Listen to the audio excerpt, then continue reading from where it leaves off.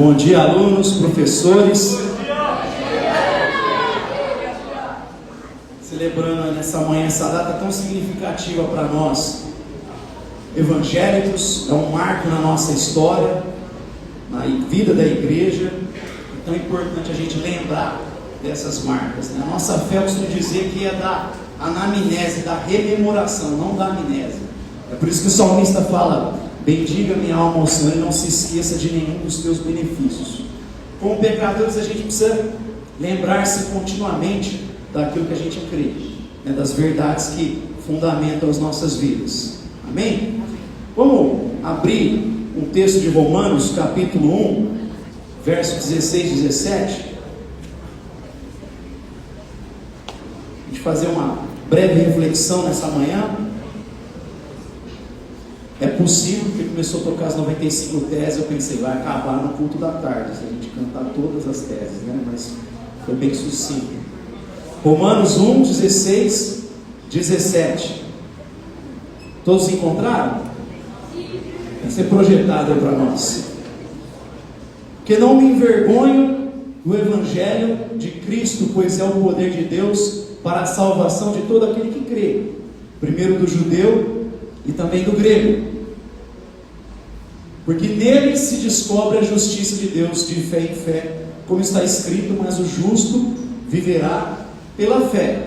Então Paulo está falando de uma igreja que ele está desejoso de visitar, e ele fala antes um pouquinho da sua responsabilidade em pregar o Evangelho a todo tipo de pessoa. E aqui ele se adianta por uma possível objeção dos seus opositores, já que ele mesmo ensina numa outra carta, 1 Coríntios, que o Evangelho é loucura, escândalo. Afinal de contas, para o romano, ser crucificado é o castigo mais abominável, a morte mais abominável. Mas ele diz: mas para aquele que crê, é o poder de Deus. Essa justiça é revelada no Evangelho, pois nele se descobre a justiça de Deus de fé em fé, como está escrito: o justo viverá pela fé. Vamos orar? Pai Santo, nós pedimos que nesse momento o Teu Espírito fale aos nossos corações, que Ele encontre corações abertos para a Tua Palavra, que Ele encontre aqui uma boa terra, que seja fértil, que essa palavra ela faça diferença no coração de cada um de nós. É o que nós te pedimos. Não permita que o inimigo roube nada do nosso coração, mas que de fato encontre corações sedentos nessa manhã. É o que nós pedimos em nome do Teu Filho Jesus. Amém. Essas palavras, elas foram como um bálsamo no coração do até então monge Martinho Lutero. Quando Lutero leu esse texto, já conhecia, mas num certo dia isso saltou ao coração dele, trazendo libertação, livrando ele da angústia que esse homem tinha, porque Lutero era um sujeito extremamente angustiado, atormentado pela culpa. Ele fazia de tudo para tentar se livrar dessa culpa, para tentar amenizar esse sofrimento, para tentar encontrar um pouco de paz, como muita gente, embora não saiba o que é, mas sabe que tem alguma coisa errada com a própria vida e com o mundo. Ele carregava e tentava fazer de tudo para alcançar essa paz. Boas obras, caridade, penitências, o que inclui muitas vezes o autoflagelo. Lutero ficava a noite sem dormir, para ver se amenizava isso, para ver se encontrava paz. Às vezes nas noites frias do inverno ficava descoberto, às vezes usava o chicote. Algumas vezes ele acabava de se confessar e ir embora, aí ele se lembrava de algum pecado e voltava correndo para se confessar de novo. O tamanho, o tormento que esse cara tinha, a angústia que ele tinha, que o medo dele era de morrer sem se confessar e ser condenado eternamente. E aí, por que Lutero tinha essa angústia no coração? É a primeira pergunta que eu gostaria de responder, para a gente entender o contexto de Martinho Lutero. O que a Igreja Católica na Idade Média cria? Primeiro, a ideia de justificação para eles era diferente do que nós entendemos hoje. Para o católico, a justificação era um processo que terminava ou na morte, próximo da morte, ou até no purgatório, que era aquele estado intermediário onde as almas eram purificadas para entrar na glória de Deus. Para o católico, evidentemente que a salvação envolve o sacrifício de Cristo. Muitas vezes a gente pensa que eles não creem no sacrifício. Lógico que eles creem no sacrifício de Jesus. A diferença é que, embora eles saibam que a graça de Deus, ela vem sobre nós através do sacrifício de Cristo, eles adicionavam mais alguns elementos, adicionavam outras graças nesse processo. Qual? Primeiro, era obtido através das boas obras dos santos e mártires ao longo da história da igreja. Era como se esses homens alcançassem a sua justificação através da sua virtude, das suas boas obras, e isso excedesse. Esse excesso, essa sobra, era depositada sobre a igreja. E a gente tem que pensar a igreja como se fosse uma espécie de banco da graça. Então eles receberam essa graça de Cristo, adicionado a isso a graça advinda das obras desses santos, desses mártires ao longo da história, e isso era administrado pela igreja através dos sacramentos, batismo infantil, a primeira comunhão, e uma série de outros, a fim de o católico conseguir a absolvição, a fim de ele encontrar a sua justificação, que na cabeça deles era algo processual. E adicionado a isso, as próprias boas obras do católico, do fiel. É nesse monte que entram as indulgências, que é o estupim para a reforma. É a compra das indulgências a fim de conseguir a absolvição dos pecados. E abre parênteses, é esse contexto que está sendo construída a Basílica de São Pedro. Então, tem todo esse processo, toda essa graça, e isso não conseguia trazer paz de modo algum ao coração de Lutero. Essa é a razão desse homem viver angustiado, sempre com incerteza. Essa ideia de dizer eu sou salvo, eu recebi o Espírito Santo de Deus, que é primícia, para me dar garantia de que aquele que começou a boa obra vai completar até o dia de Cristo Jesus. Para eles é quase uma heresia, essa certeza, essa convicção. E o que mudou na vida de Lutero?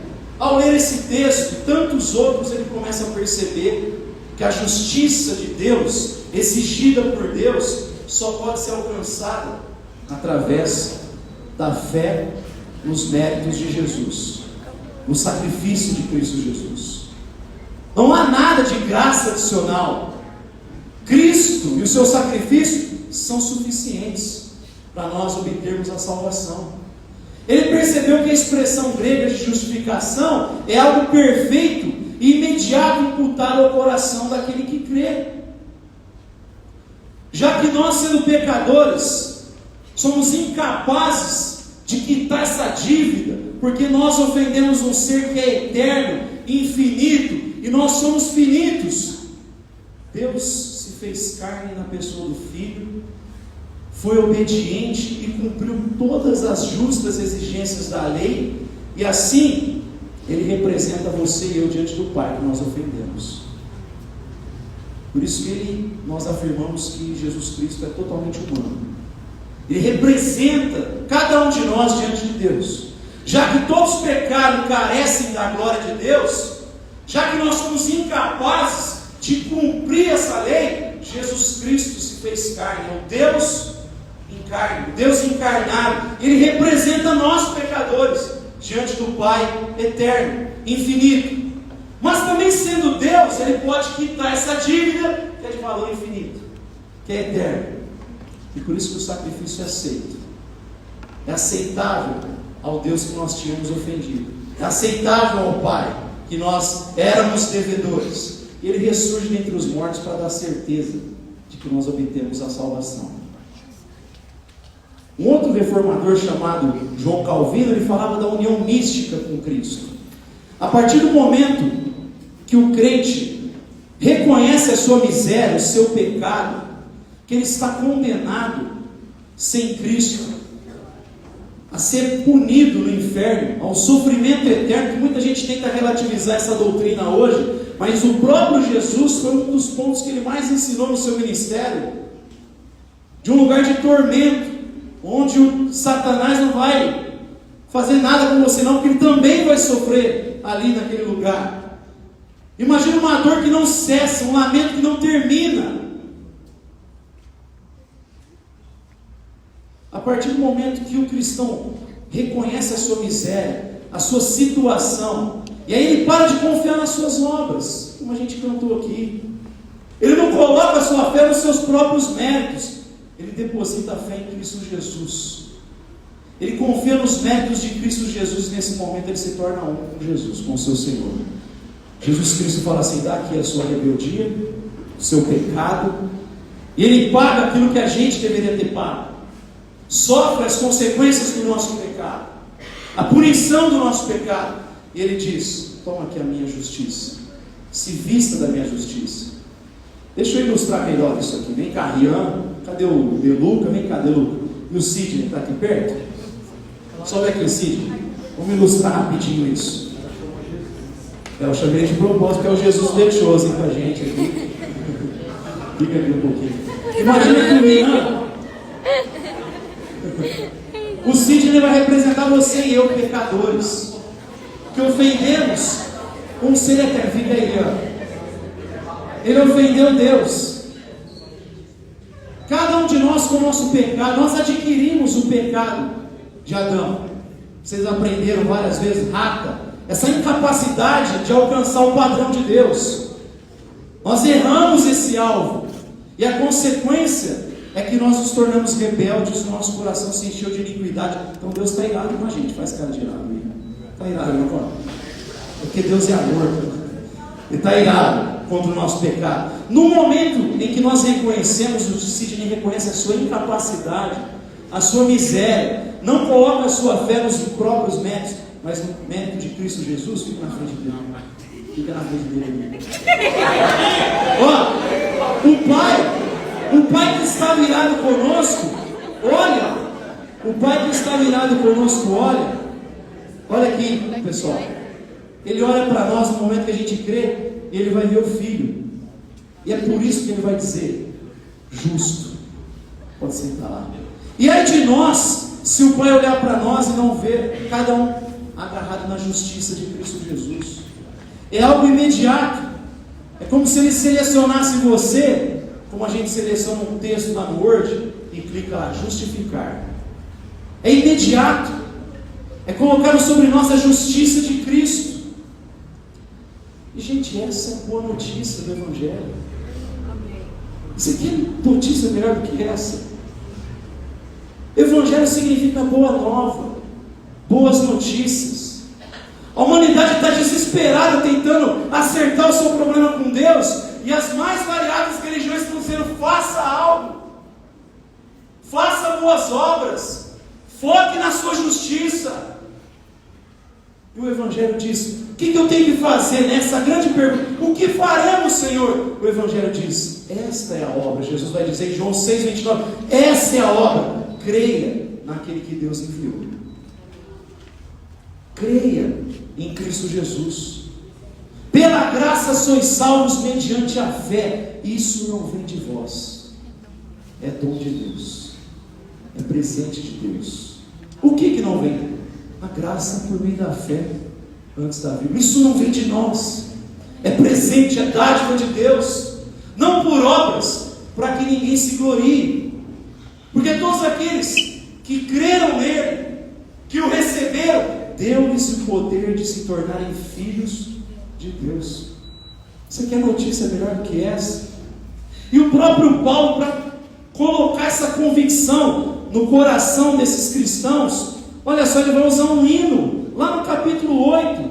Que coincidência, um opositor de Lutero disse que mais do que os escritos dele, os sermões, foram as canções de Lutero que encheram a cabeça do povo.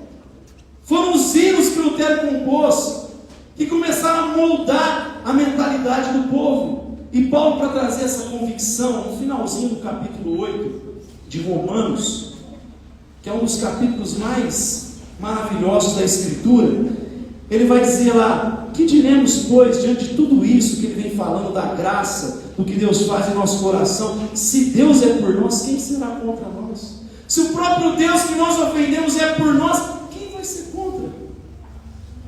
Aquele que nem mesmo poupou seu próprio filho, antes o entregou por por nós, não dará juntamente com Ele todas as coisas? Quem tentará acusação contra os escolhidos de Deus? O próprio Deus que te justifica. Quem os condenará? Pois é Cristo que morreu e antes ressurgiu dentre os mortos, o qual está à direita de Deus e também intercede por nós. Ele paga o preço pelo nosso pecado, ressurge dentre os mortos para te dar certeza da vitória, e aí Ele está à direita de Deus intercedendo por cada um de nós, para dar convicção de que pela graça sois salvos mediante a fé. Amém? Amém.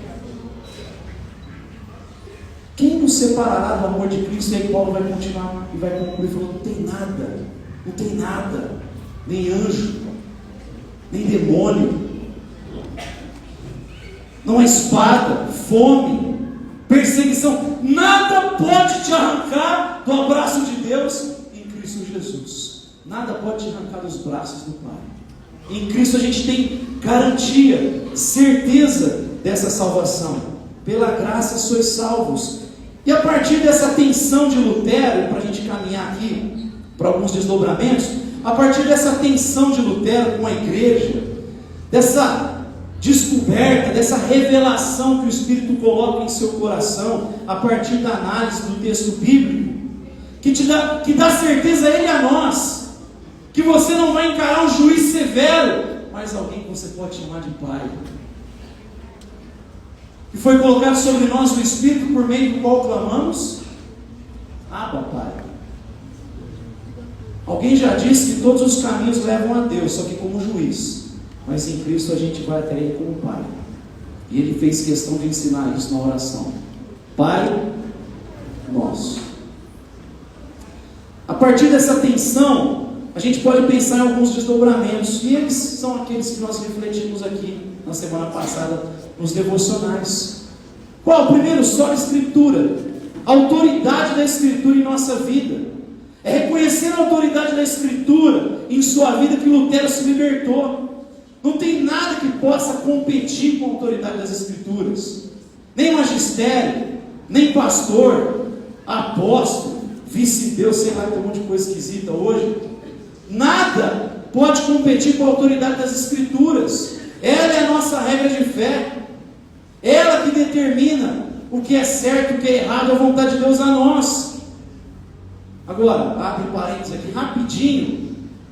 Livre exame da Escritura. Lutero, ele traduziu para o alemão e se tornou o grande livro aí que organizou a nação ali. É a Bíblia, o principal livro deles. Lutero, ao fazer isso, entregar a Bíblia para o povo e propor esse livre exame, não significa interpretação anárquica. Cada um entende o que quer, faz o que quer. Vale lembrar que Lutero não chutou a tradição. Embora ele se colocou contra aquilo que não estava em harmonia, alinhada à palavra de Deus, ele não chutou a tradição, ele era um monge agostiniano. A gente não tem que chutar a igreja. Talvez vale lembrar, falar de sola eclésia, só a igreja. Não somente a Escritura, mas eu entendo a Escritura de uma maneira muito mais apropriada com a igreja local e com a igreja histórica. Olhar para tudo aquilo que os nossos irmãos escreveram ao longo da história, para a gente ter mais lucidez. Os credos que têm um caráter universal, como o credo apostólico, as confissões de fé, que você provavelmente faz parte de um, presbiterianos, anglicanos e tantas outras que a gente tem, mas a gente consegue entender um pouco melhor. Sola fide, um veículo é a fé. E a fé não é a fé no vazio, fé na fé, é a fé lançada sobre a palavra de Cristo. É o que Pedro nos ensina: sobre a tua palavra lançarei a rede. É a fé projetada no que a revelação fala para nós. É o único veículo. É você estendendo as suas mãos como um mendigo que recebe alguma coisa. Bem-aventurados os pobres de espírito, um mendigo diante de Deus. Sola gratia, que é o mais explícito, somente a graça de Deus. Não é resultado da bondade humana, da ação humana, porque a expressão bíblica é: vocês estavam mortos em seus pecados, mas Cristo os ressuscitou. Vivificou cada um de nós. O morto não tem condição de fazer nada. A gente recebe, tudo que recebe é fruto da graça e da bondade de Deus. Somente Cristo, não há outro que importa que sejamos salvos. Os efeitos do sacrifício nunca podem ser relativizados na nossa vida por campanha. Tem muita gente que relativiza o efeito do sacrifício de Cristo. A gente acabou de ler enquanto cantava. Tem gente que está relativizando, dizendo que tem que fazer alguma coisa a mais. Parece que o sacrifício de Jesus não é suficiente. E a gente vai na contramão do que Lutero e os reformadores nos ensinaram. Se Cristo morreu pelos seus pecados, você já está cercado por Deus. Você já recebeu o Espírito, aí a gente entra num processo que aí os reformadores não querem, de santificação. E aquele que começou a boa obra vai completar aquele dia de Cristo Jesus, como eu citei aqui em Filipenses. Mas é Cristo. Somente o que Ele fez por nós, isso é suficiente. Não é agora que você reconhece Cristo na sua vida, para você quebrar algumas maldições, tem que fazer tal coisa, tal coisa, tal coisa. Para que serve o sacrifício de Cristo? As culturas malditas que a gente aprende, que são frutos do pecado, elas são quebradas com conversão, com mudança, com arrependimento. É isso que quebra a maldição. O sacrifício de Cristo é a nova vida que foi colocada sobre nós. Por isso João Batista diz: virá alguém mais poderoso que vos batizará com o Espírito Santo. Ele vai infundir uma nova vida que a gente vai ser capaz de viver como ele viveu. John Stott, no último livro dele, Discípulo Radical, fala assim: não me adianta mostrar uma peça de Shakespeare e falar, escreve igual Shakespeare. Ele é capaz, eu não. Nem adianta mostrar a vida de Jesus e falar, vive como Jesus. Jesus era capaz, eu não.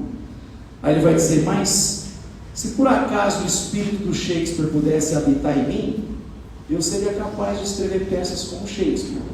E da mesma forma, se o Espírito de Cristo puder habitar em mim, eu serei capaz de viver uma vida como a de Jesus, que nos leva a viver o último solo, que é somente a Deus seja a glória. Não a nós, Senhor, mas ao Teu nome, dai glória. Queria dizer para você que é possível, gente. Talvez você olhe, se vê limitado, e é mesmo, nós somos. Mas a gente tem acesso à fonte da vida, tem acesso ao próprio Deus. Quando nós reconhecemos isso, imediatamente, como eu disse, nós nos tornamos justificados. Essa justiça que o Evangelho revela, o único veículo, a fé, e automaticamente é colocada sobre o crente o Espírito Santo de Deus, que nos habilita a viver essa nova vida. Queria convidar você a ficar de pé, e a gente tem uma palavra de oração.